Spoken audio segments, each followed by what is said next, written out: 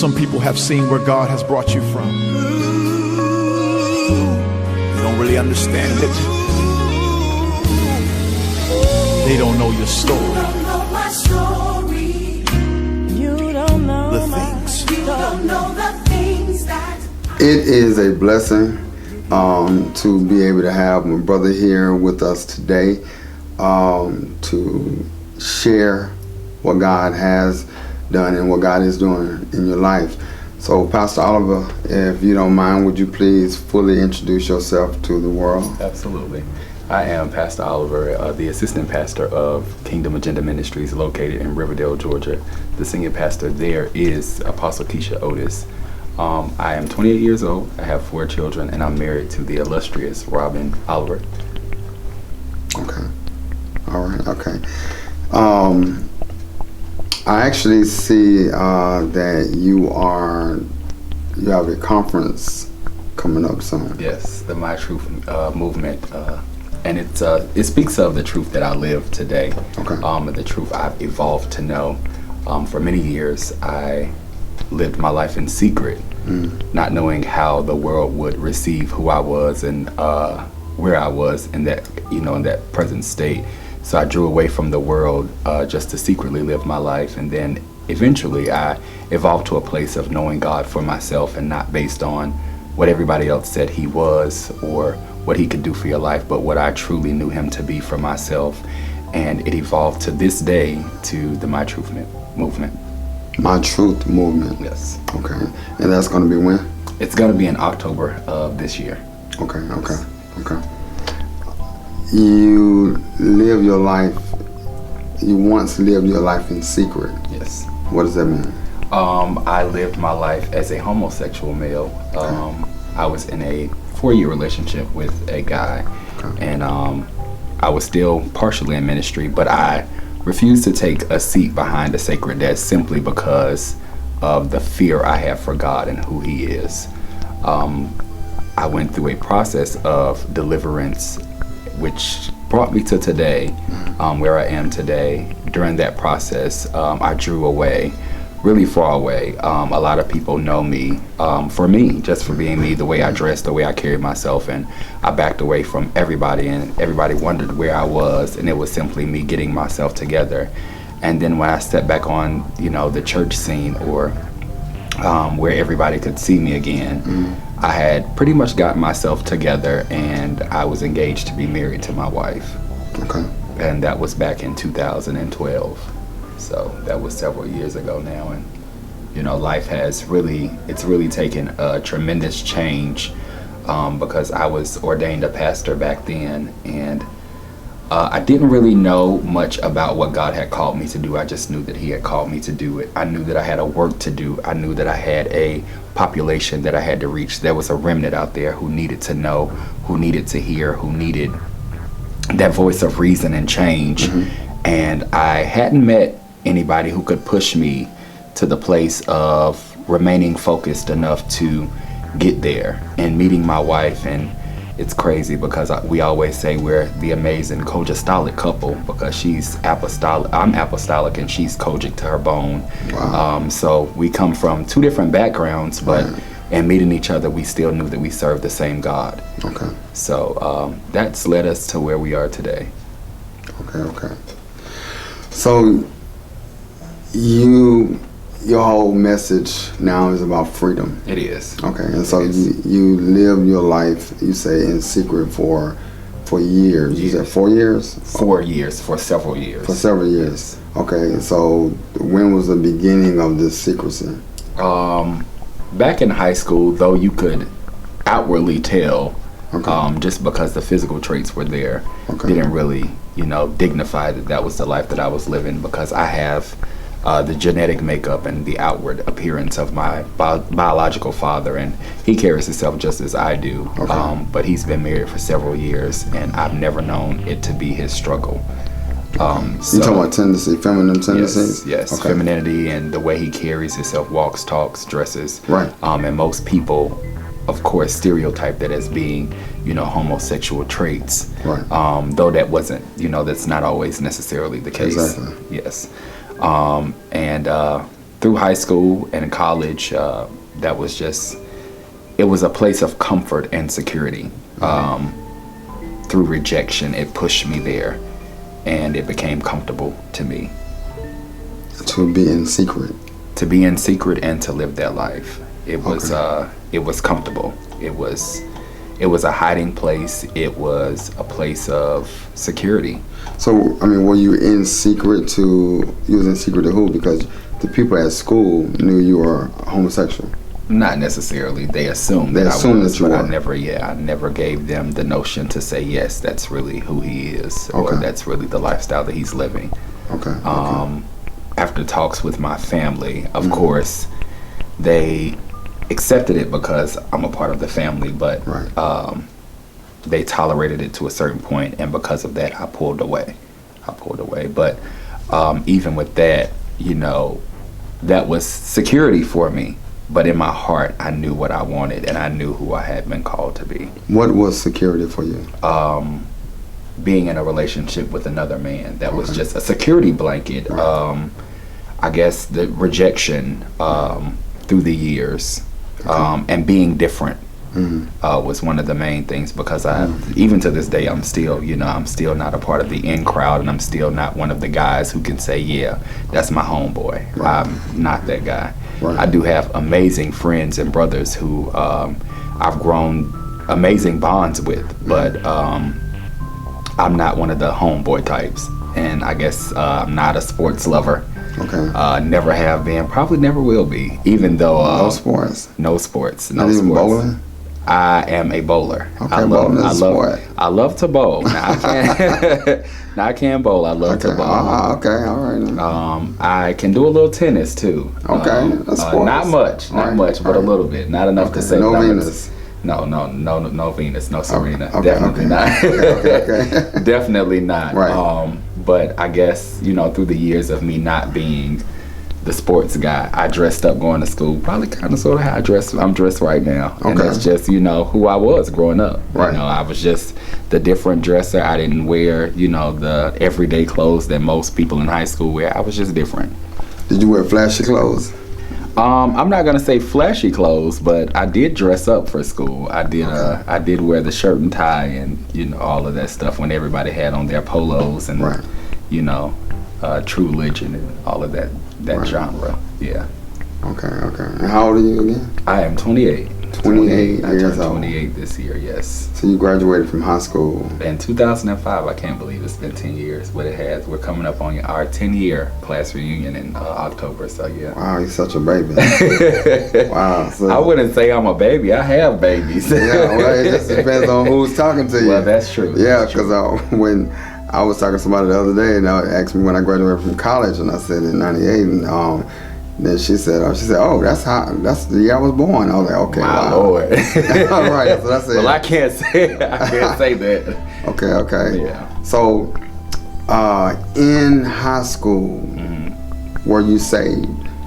Were you a believer? I was a believer. I cannot say that I was necessarily saved because I didn't know what being saved was all about in high school. Okay. I went to church because that was what we were taught to do, and my mom being the woman of God that she is, she instilled Jesus in us. She instilled a faith walk with us. Okay. She did instill that in us, and even to this day, I can look to her as an example.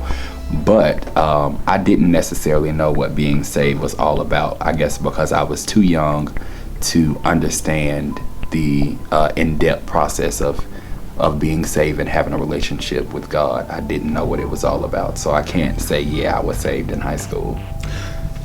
Paint a picture for me of your home in high school, your home life in high school. How was that for you?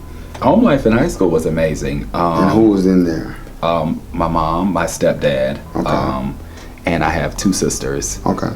So yeah, my home life was absolutely amazing. Okay. My parents were, which when I say my parents, I mean my mom and my stepdad, and both my father and my stepmom were all an amazing part of our process in high school and getting us, through high school and into college. And So I can say that I had an amazing support system. Powerful. Yeah, an amazing support system. I'm thankful to God because I know parents who don't have the ability to get along once they separate, divorce, and remarry. And my parents didn't. I can't say that that's the testimony of my life, because even to this day, my parents still get along amazing, even, just in co-parenting. That's good. We're older Right. now, and we're raising our own children. Right. My siblings and I, we're raising our own children, but even with that, our parents still come together when it comes to us. That's good. I like that. And where do you fall at in? I'm the middle and the only boy. Wow. I have an older sister who is, I'm 28, she's 29. Right. And then I have a younger sister who's 26. Okay. Yeah. Okay. And so, in your home life as a teenager, that you consider that to be a safe place? Amazingly safe. Amazingly safe. Yeah, amazingly safe. So, why the secrecy? I don't know. I believe that it was something that I was introduced to early in life, and even through word curses and things of that sort that weren't able to be broken. Right. And things being introduced to as a child that weren't able to be caught at an early age. That as I got older, going to church, it was kind of sort of an embarrassment, not just for myself, but for my family, because of course, even though we say we're our own individual, we're still a direct representation of those who raised us. And I never wanted my parents to feel like they failed as parents, though most people can say nowadays, especially with the economy and the world being in the place that it's in, most people feel like they're excelling if their children are openly gay or in lesbian relationships. But with our background of Christianity, I can't say that was ours. Right. So being that was so, and that was a thorn of my flesh, I didn't want it to be a tarnish towards my family. Okay. So your family knew about you. They knew of my struggle. Of your struggle. They knew of my struggle. Okay. They didn't know of your dealings. No, because even in high school, I had a girlfriend all through high school. Okay. I did. I had a girlfriend. We grew up together, of course, and we dated all the way until my 11th grade year. Good grief. So why did you have a girlfriend? Because, she was amazing. She was an amazing friend of mine, and we had an amazing bond. And, back then, it was puppy love. We didn't know what it was all about. Right. And even from 11th grade to 12th grade, I ended up dating a different female. So I can't say that, it was a struggle. That's literally what it was. It was a struggle. I knew that it wasn't right. And I can openly say that I knew that it wasn't right, but I did not know how to break away from what it was. Okay. So did you have a boyfriend and a girlfriend at the same time? I've never done so. Okay. Never done so. Okay. Never done so. So moving from high school and dealing with the secrecy, your family knowing the struggle, safe place at home, but when you go to church, you didn't feel... I continued to serve God because I knew that was what I was supposed to do. Right. You loved God? You knew God? I loved Him and I knew Him. Right. And I had a personal relationship with Him. Okay. Which is why I felt the life that I was living, even in secret, was wrong. Okay. Of course, I read my Bible and I study the Word. Right. So it did. It left me in a place of feeling uncomfortable when it came to God. And I many times told my former pastor that, I would leave until I got myself together. And her response to me was, if you leave, how can you ever get yourself together if you don't really know how? Right. So I stayed. Understood. I stayed, and I continued to serve even though I had my own things going on outside of the church. I continued to serve because I knew that in serving, one day it would all break and I would soon be free. Okay. And I was hoping that I got it together before it was too late. And I'm kind of thankful for that opportunity that God gave me, the opportunity to take time and just deal with me. I can say out of my mouth that I'm free, but that's just the surface stuff, and that's what you see, and that's because that's what you want to hear. Right. And that's what you're looking for. But when it's deeply rooted within you, it takes more than just an overnight session of freedom to get there, or an overnight process of deliverance. It took more than a night to get it there. Okay. So it takes more than a night to break free from it. And I'm thankful that I took that time. It took that relationship to break me, and I said that I vowed to myself that I probably would never get another relationship like that, because it took so much from me. I had invested too much physically, financially, emotionally into it, and I just couldn't find myself in that place again. Beyond that, I knew I wanted to be married, and I knew I wanted, more children, and I knew that once I started ministry that I didn't want to walk alone, and I never wanted to be in a place where I'm standing and professing Jesus, but I'm living something else when I get home. I never wanted it to be a situation like that. Right. So that's what really, I didn't want my calling to go to waste, but I refused to stand behind a sacred desk and say that I'm free, and I knew I wasn't. I'm trying to move forward, but you said something again. So where did it start at? Because for so many people it starts at a different place, and yes, then there's some people who feel they were born into homosexuality, got born gay, or as the saying say, born this way, So for you don't feel that way. Never. You don't feel that way. You feel that you can recollect to when something took place. So are you able to share what was that? It's private moments that I haven't myself. I can say that I myself haven't fully dealt with. I guess people will hear more about it in my book. And by that time, I'll have the opportunity to have dealt with it between God and I, because there are some things about getting to the place that I was once I was in my teens and early 20s that people still don't know about. And I can't say that I'll release that today. Right. But once I get to that place, and once my book is out, then it'll give me the opportunity to be able to freely say, yes, this is what happened, and this is what pushed me to that place, and this is what got me here or got me there. I'm working really diligently on doing so, because my children are getting older, and I never wanted to be their struggle. Right. My oldest son, Jaquez, he's 11 now, and he watched me go through phases of my life, dealing with it.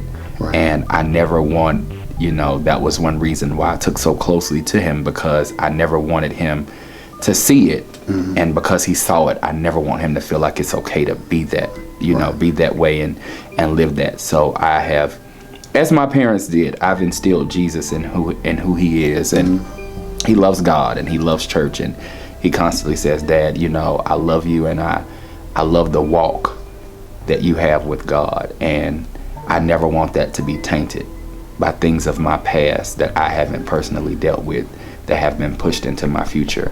And he is my future. My children are my future. Right. And I never want to see them have to grow up and struggle like I did. Awesome. I can't say that personally, I don't want them to endure life or endure things concerning life, but I don't want them to struggle the way I did. I feel like it took a lot from who I was, and I probably would have been a lot further in life, and I don't regret anything, because it's given me compassion for people who struggle. But it's also given me a strength for those who want to be free. Right. Awesome. Okay, and I know you want to disclose some things in the book, but just two questions. Go ahead. Were you raped? Yes.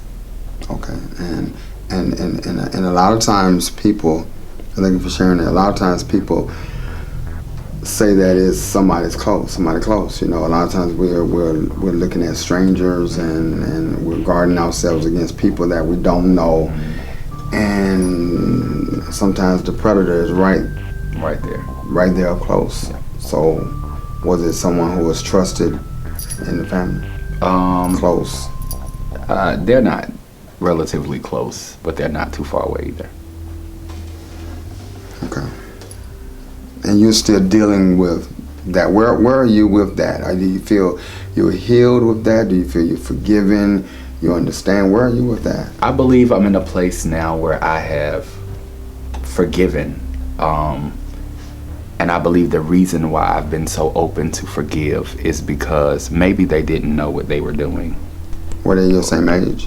No. Older? Yeah. And maybe they didn't understand the effect that it could cause. Right. And I guess that's where I am. I'm really big on forgiveness, and I guess that's because today it could be you, but tomorrow it could be me. Yeah. And because of that, I am really big on openly, quickly releasing things, instead of holding a grudge, going to sleep with it, and letting a seed be planted and the flower growing. Because once the flower grows, it takes more to uproot it than if you just kill the seed when it's born. So this happened more than one time?